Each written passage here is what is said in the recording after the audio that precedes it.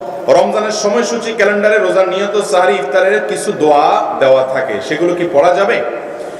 আমাদের দেশে রমজানের ক্যালেন্ডারগুলোতে দেখা যায়, ভাই বসেন, একটু বাতাস করতেছে, বসেন বসেন। আমাদের দেশে দেখা যায় রমজানের যে ক্যালেন্ডারগুলো থাকে, ক্যালেন্ডারগুলোতে রোজার দোয়া লেখা থাকে, নাওয়াইতু আন আসুমা গাদান। দেখছেন নি আপনারা? সকল ইবাদতে নিয়ত লাগবে, নিয়ত ছাড়া কোনো ইবাদত আল্লাহর কাছে গ্রহণযোগ্য হবে। ইন্নামাল আমালু বিন্নিয়াত, সমস্ত আমলগুলো নিয়তের উপর নির্ভরশীল। কিন্তু নিয়তের মানে কিন্তু নাওয়াইতু আন না, নিয়তের মানে কি না, নাওয়াইতু আন না। প্রিয় দর্শক, রোজার নিয়ত, ইফতারের দোয়া, সেহরির দোয়া করা সঠিক নিয়ম। প্রিয় দর্শক, এই ভিডিওতে আমরা জনপ্রিয় ইসলামিক প্রচারক শাইখ আহমদুল্লাহ হুজুরের বয়ান থেকে রোজার নিয়ত, ইফতারের দোয়া, সেহরির দোয়া করার সঠিক নিয়মগুলো তুলে ধরবো। প্রিয় দর্শক, ভিডিওটি খুবই ইম্পর্টেন্ট। আর বেশি কথা বলে আপনাদের মূল্যবান সময়টুকু নষ্ট করব না, আমরা এক এক করে নিয়তগুলো শুনবো। নিয়তের মানে ইচ্ছা, নিয়ত মানে কি করা?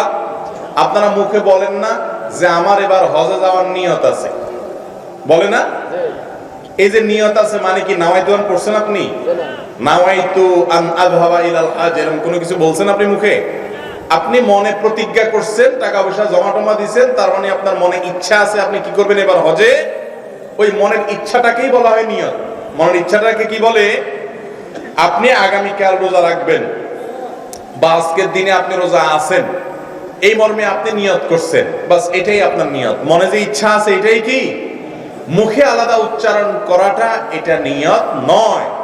নিয়তের প্রকাশ, নিয়তের কথা আবার মুখে বলে দিতে হবে।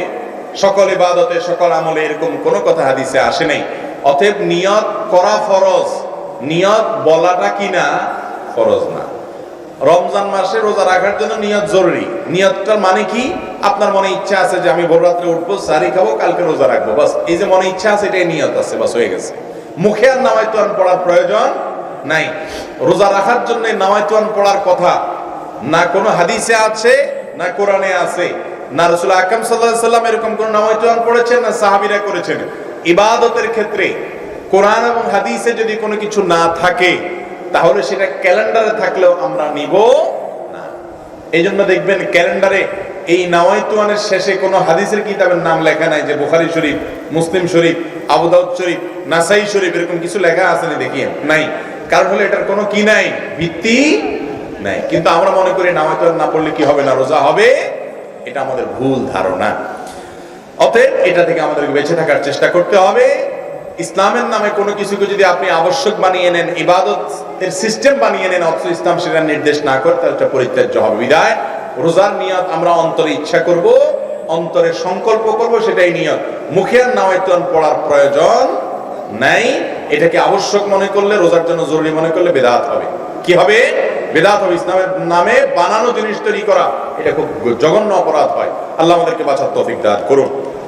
প্রিয় দর্শক, এরকম নিত্য নতুন ভিডিও পেতে আমার চ্যানেলটিকে সাবস্ক্রাইব করুন। দেখা হবে নিত্য নতুন ভিডিওতে। সে পর্যন্ত ভালো থাকবেন। আল্লাহ হাফেজ।